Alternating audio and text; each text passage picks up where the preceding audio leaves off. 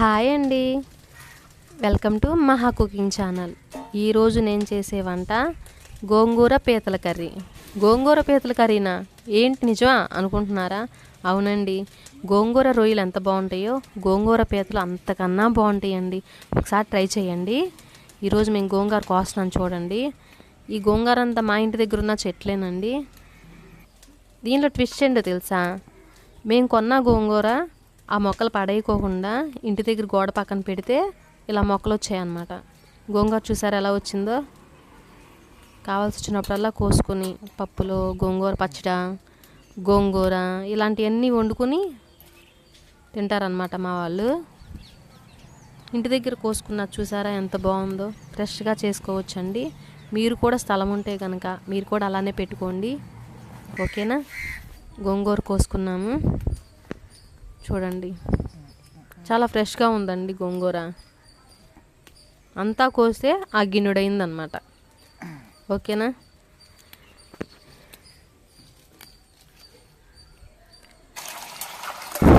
మనం కోసిన గోంగూరని ఆల్రెడీ మేము కడిగేసామండి. మళ్ళీ ఇది రెండోసారి కడుగుతున్నాం, ఎందుకంటే మట్టి అదంతా దానిపైన ఉంటుంది కదా, నీట్గా క్లీన్ చేసుకోవడానికి, ఓకేనా? ఈ గోంగూర చాలా పుల్లగా ఉంటుందండి, అందుకని కొంచెమే కోసుకున్నాము. కొంచెం వేసుకున్నా చాలు, చాలా పుల్లగా ఉంటుంది ఈ గోంగూర, ఓకేనా? ఈ గోంగూర అంతా కడిగేసుకుని ఒక దాకలో వేసేసుకుంటున్నాము, ఓకేనా?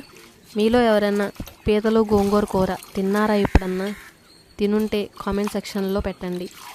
ఒకవేళ తినకపోతే ఒకసారి ట్రై చేసి మీరు కూడా ఎలా ఉందో టేస్ట్ చెప్పండి. గోంగూర మొత్తం అలా వేసేసుకుని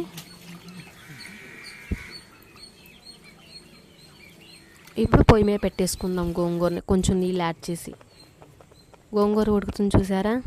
నీళ్ళు ఏమీ లేకుండా అంటెగర పెట్టేసుకోవాలండి అలా గట్టిగా. ఇప్పుడు పొయ్యి మీద దాకా పెట్టి వేడయ్యాక ఆయిల్ పోసుకోవాలండి.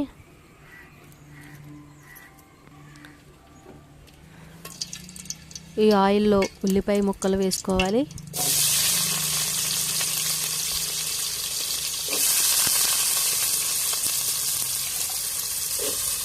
కొంచెం పచ్చిమిరపకాయలు, కొత్తిమీర కూడా యాడ్ చేసుకోవాలండి. ఉల్లిపాయలు ఎక్కువ వేసుకోవాలండి, ఎందుకంటే గోంగూర పులుపుదనం కొంచెం అన్నా తగ్గడానికి ఉల్లిపాయలు ఎక్కువ వేసుకుంటేనే బాగుంటుందండి. ఉల్లిపాయలు కూడా మరీ ఎక్కువగా వేగనవసరం లేదండి, కొంచెం పచ్చిగా ఉన్నా సరిపోతాయి. వీటిలో మనం క్లీన్ చేసి పెట్టుకున్న పీతల్ని వేసేసి తిప్పుకోవాలండి.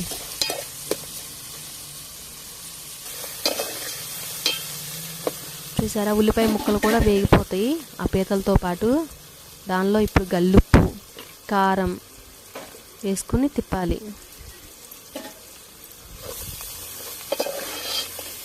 అడిగంటి పోకుండా అలా తిప్పుకుంటున్నామండి. దీనిలో కొంచెం అల్లం వెల్లుల్లి పేస్ట్ కూడా వేసుకోవాలండి. ఓన్లీ అల్లం వెల్లుల్లి పేస్ట్ చాలు, మసాలా అవన్నీ అవసరం లేదండి. న్యాచురల్ టేస్ట్ లాగా ఉంటుంది.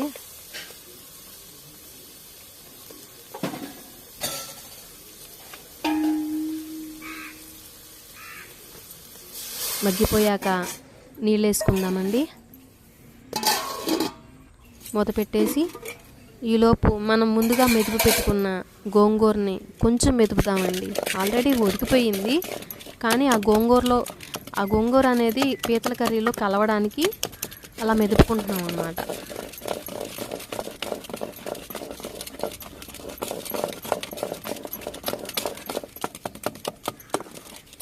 గోంగూర ప్లెయిన్ గోంగూరే, అందులో ఏమీ వేయలేదండి, ఉట్టిదే ఉడకపెట్టుకున్నాము.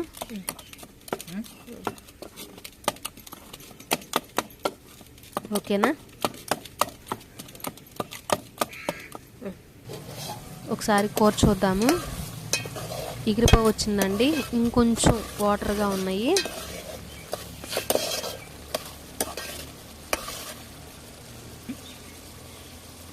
కొంచెం సేపు అయితే ఉడికిపోతుంది, ఎగిరిపోతుంది. ఉడికిపోయిందండి. ఇప్పుడు దించిన దాన్ని గోంగూరలో కలుపుకోవాలి. గోంగూర గట్టిగా ఉండాలి, ఆ పీతల పులుసు మాత్రం కొంచెం అలా జ్యూసీగా ఉన్న బాగుంటుందండి. Okay done. కలిపేసుకోవాలండి. ఇప్పుడు మెయిన్ ఏంటంటే తాలింపు అనేది వేసుకోవాలండి. ఈ కర్రీకి తాలింపు ఉంటేనే ఈ కూరకి అసలైన రుచి యాడ్ అవుతుంది. పొయ్యి మీద దాకపెట్టుకొని ఆయిల్ పోసుకోవాలి. కంపల్సరిగా వెల్లుల్లిపాయ అనేది వేయాలండి, చితక్కొట్టి. అప్పుడే మంచి ఫ్లేవర్ అనేది యాడ్ అవుతుంది. తాలింపు దినుసులు వేసుకొని తిప్పుకోవాలి మాడిపోకుండా.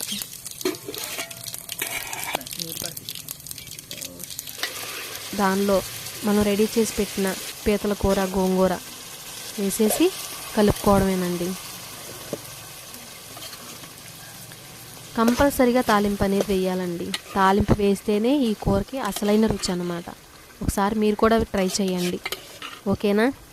ట్రై చేసి ఎలా ఉందో మాకు కామెంట్ చేయండి. పీతల కూర రెడీ అయిపోయిందండి. Thanks for the watching.